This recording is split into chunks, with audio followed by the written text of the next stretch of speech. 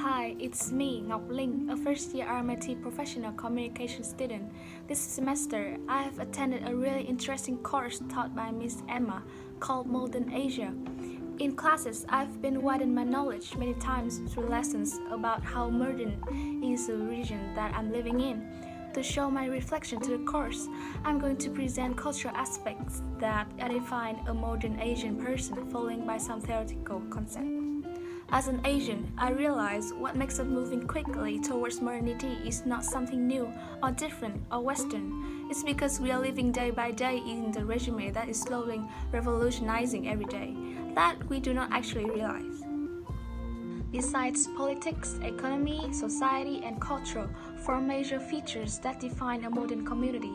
I also point it out easily when I look into gender-based relationships, which is heterosexual relationships and the feminism in Asia.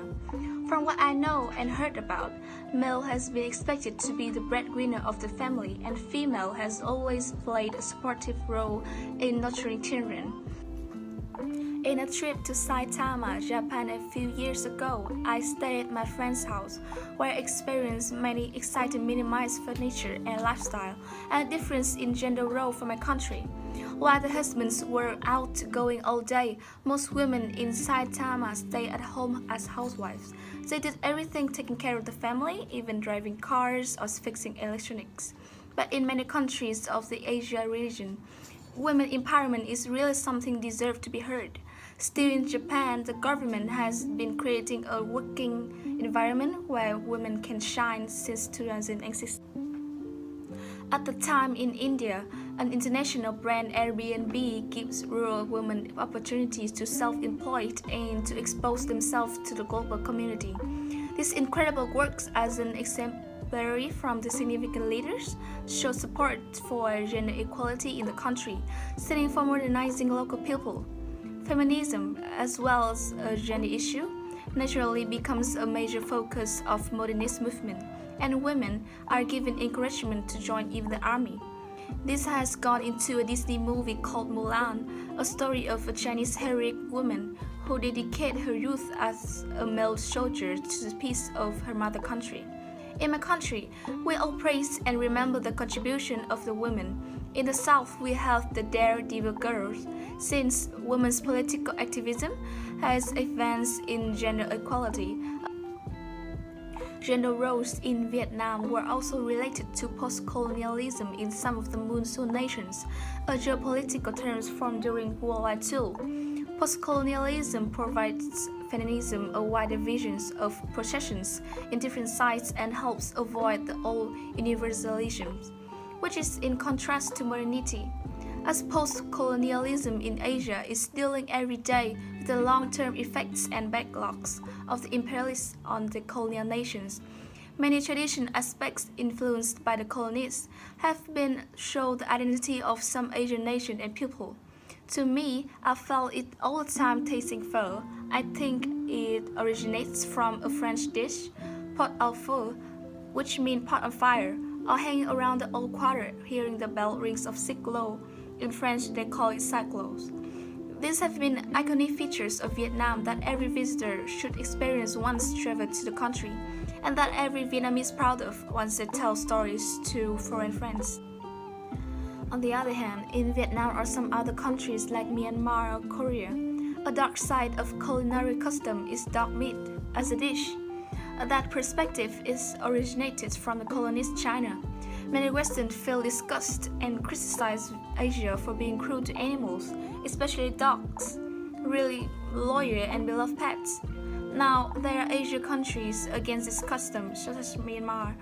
While traveling to Yangon, I could see stray dogs on every corner of the country. And people in restaurants fed those dogs well while they are enjoying their meals. My parents and grandparents told me about the tradition of eating dog meat, rabbits, and even insects, which is an unwritten thing, started in the war. And the reason why most colonial countries view these issues as a norm, because back in the days when the country was dominated, people did not have enough food to stay alive and survive in such situations. They had no choice but eating things that should not have been seen as food. In Myanmar, they launched campaigns to save stray dogs from. But in Korea, the perspective of eating dog meat is following the aggressive nationalism by giving the thought of eating dog meat is belong to traditional and anti-dog meat is something related to imperialism. Since criticism on dog meat consumption was thrown out nowhere in the 1980s and no one really cared about it, the 2002 World Cup was a pressure to the Korean government to take action on this issue. However, the response from significant others was so superficial. The dog soybean soup, Gaejanguk, was even sneakily renamed by the male invigorating stew, Boshintang. From my view, this issue has brought scandalous gossip to the Korean government, and all this began from their aggravating nationalism, which is unpromptedly making Korean begin aggressive on others' criticism of the high rate in dog meat consumption in the country. Since my mother country, Vietnam, is not really against dog meat consumption or has not released any strict law on this issue, but many are opposing due to ethical judgments. As a food lover, I always thought of eating every minute in the last part of every class, and one day I had the thought of dog meat in some Asian nations. Due to a girl prejudicing Asian, that every single person of the region eats dog meat with no mercy. While the other country, Korea, has their own perspective on dog meat, I see it as nationalism. I think that not anyone loves to consume dog as food, not me and not any Vietnamese does. At the end of the day, I don't think that I would realize and go research about this issue if I did not enroll this amazing course Modern Asia. Every class has led me to the stage of curiosity and naturally put me into wanting to know more about Asia. There are reasons that make Asia nowadays becoming more modern. In my point of view, attending a class is learning and getting to know more about what happened recently with the region that we are living in is also what makes me feel more modern.